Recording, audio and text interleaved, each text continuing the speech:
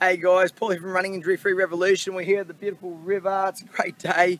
A few clouds above, but yeah, what I want to do today is just talk about your thoracic spine, and I want to be getting you guys really aware of what's happening through thoracic spine, because a lot of us runners, we get very sort of stiff up quite high through thoracic spine, and sometimes even that mid section of our thoracic spine. So that affects our posture. It affects the way that we can hold ourselves. So again, you'll get a lot of runners that sink through here, particularly when they're tired, and you'll get a lot of runners that initiate movement from lower in their body. So by changing this extension, opening it up, you're enabling to run longer and run faster as well, more efficiently, less injuries. So that's what we want, guys. So we want to talk about how to free that up, and there's a couple of ways you can do it.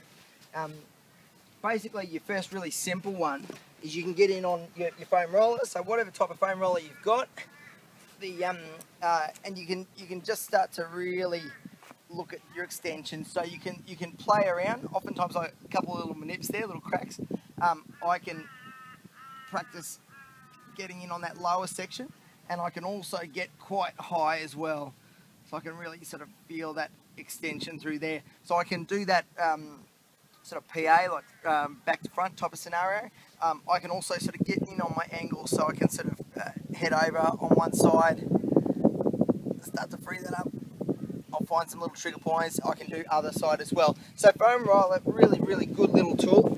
The other thing that you can use is sometimes you can use back balls. You can use two tennis balls wrapped together. Some people use the hockey balls.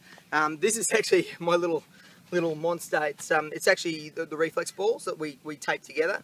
So whatever balls you've got, as long as they're sort of pretty firm, if the tennis ball gets too flat, it won't be any good. But I can get that again in that central part of my spine. That's a weapon. So be gentle with it. If I put it in, same thing. So I can actually sort of hold myself and just sort of extend back, and then I can reposition. So I'm actually targeting specific parts of my thoracic spine there. So that's almost sort of mid-thoracic. I can really extend back onto it, and I can go piece by piece up that spine.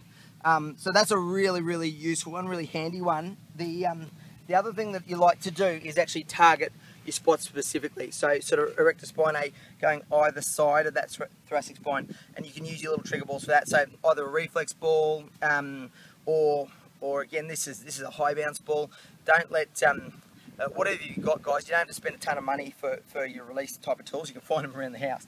So I can get that on one edge, and I've got a little trigger point in there. So I can sit on that. So again, I'm being very aware of what's going on. One is a mobility type of scenario. The other is a trigger point release, myofascial release type of scenario. So I can point that up spot to spot, and I can really target things. So that's going to enable me to be stacked. So it's going to help my head position. It's going to help my ribs open up, and that's going to allow me to then initiate movement from higher in my body. And be more efficient as a runner. So have a play with that, guys. Make sure it's comfy at all times. Really good to think about thoracic extension as a runner. So many runners just forget about it completely. It's all sort of legs are what we run with, and it's absolutely not correct. Our whole biomechanical chain is what we're aware of. So get into it, have fun with it, and guys, I'll talk to you soon. I'm Paul from Running Injury Free Revolution. Check us out at RIFREV.com.